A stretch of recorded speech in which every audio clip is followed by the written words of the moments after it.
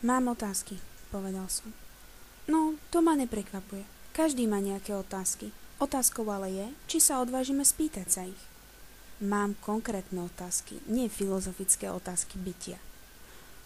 Chvála Bohu, bude jednoduchšie na ne odpovedať. A nechceš si sadnúť? Spýtala sa s úsmevom a opäť vyskočila na pult a hompálala nohami. Sadol som si na jednu z modrých barových stoličiek s ornamentmi veľmi blízko pri nej. Čo znamená Lia fail? Vyslovuješ to nesprávne. Je to fail, nie fail. Je smutné, že to nik nevie, ale vlastne som neočakávala opak. Hovorí ti niečo Tuatha Dé Danann? Tuta čo? Povedal som a zatváril som sa pravdepodobne veľmi inteligentne. No tak od začiatku. Alebo nie, vieš čo? Prídi vo štvrtok aj ty. Čo ty na to... Uvedomuješ si, že si v značnej výhode? Poznáš moje meno. Už dokonca vieš, čo je toto za miesto. Ale ja neviem tvoje meno. Ani kde je tvoje miesto a ani ako vyzerá, povedala a jamku na líci vystriedala malá vráska medzi obočím. Som Liam, povedal som a usmiel som sa. Vráska jej zmizla, okamžite zoskočila z pultu a zatočila sa vo vzduchu. Dnes mala na sebe tyrkysové šaty. Žiarila. Liam je prekrásne meno, zvolala s nadšením a zvláštnym svetlom v očiach. No, ale nemáš pravdu. Neviem, čo je toto za miesto. Čokoládovňo, čajovňo, knihkupectvo? Presne, vidíš, že to vieš. A k tomu je to miesto, kde spoznáš nových ľudí, nové sny a myšlienky. Svet je v tomto tak krásny, tak pestrý. Každý deň môžeš stretnúť človeka, čo ti zmení život. Stačí úsmev, slovko či príjemný rozhovor. A to nájdete vždy tu, v Lia Fail. Musíš prísť vo štvrtok, Liam. Chystám sa na to už veľmi dlho. Budem rozprávať deťom príbehy, ponúkať ich sladkosťami, horúcou čokoládou, čajom či pohárom studeného mlieka. No a keďže veľa ľudí nevie, čo z názvu znamená, tento týždeň to bude príbeh o Lia Fail. Chcem z toho totiž spraviť tradíciu, vieš, Liam?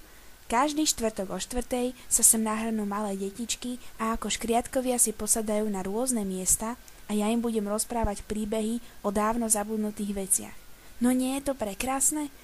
Už teraz sa trasiem vzrušením, keď si to predstavím. Naozaj sa triasla. Oči jej žiarili, líca mala červené s neodmysliteľnou jamkou a keď rozprávala, tak prudko gestikulovala na všetky strany a očami blúdila po priestore, ako by to všetko videla.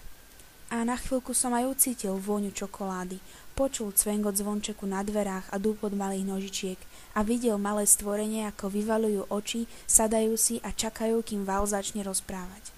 Bolo to tak živé, až som sa zľakol a spadol som zo stoličky. Liam, neublížil si si?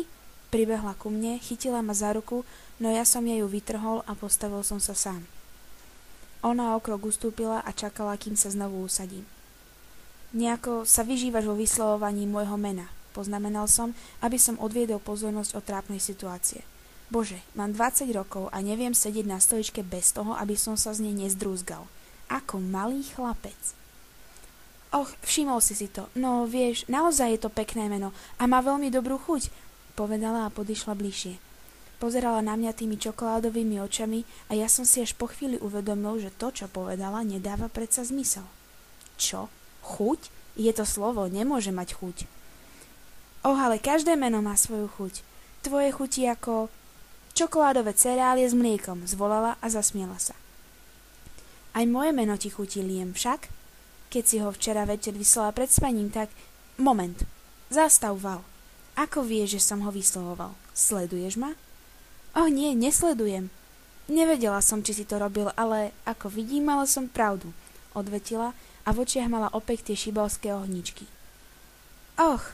Ty si ma prekabátila. To nie je fér. Prepáč, ale aj tak som to tušila. Mal si príchuť môjho mena stále v ústach, keď si vošiel. Nemal. Slová a ani mená nemajú chuť. Vymýšľaš si. Nevymýšľam a sám to dobre vieš, povedala a prešla za pult. Vytiahla zo šuplíka malé strieborné hodinky a pozrela na ne. Potom si ich vložila do vrecka na zástiere a otočila sa ku mne. Tak vo štvrtok, Liam, dobre? Príď vo štvrtok o štvrtej. Nemeškaj, prosím, bude to dôležité. Nič nie je horšie, ako keď niekto mešká. Nemám to rada. Možno prídem, uvidím, či budem mať čas. Ona už odchádzala ku korálkovému závesu, no pri mojich slovách zastala. Uvidíme sa vo štvrtok, Liam. Rozhodol som sa, že nemá zmysel sa s ňou doťahovať. Ako by vedela, že sa väčšinu času len poflakujem a teda určite nebudem mať nič vážneho na práci. Zdvihol som sa zo stoličky a už som bol pri dverách, keď som začul, ako Val vraví. Bol to Karamel však? Moje meno tak chutí. Otočil som sa v mihu okamihu, no už som ju nevidel, len korálkový záves sa jemne hýbal. Vyšiel som teda von z dverí, pred výkladom stále postávali ľudia, ako by sa báli vojsť dnu.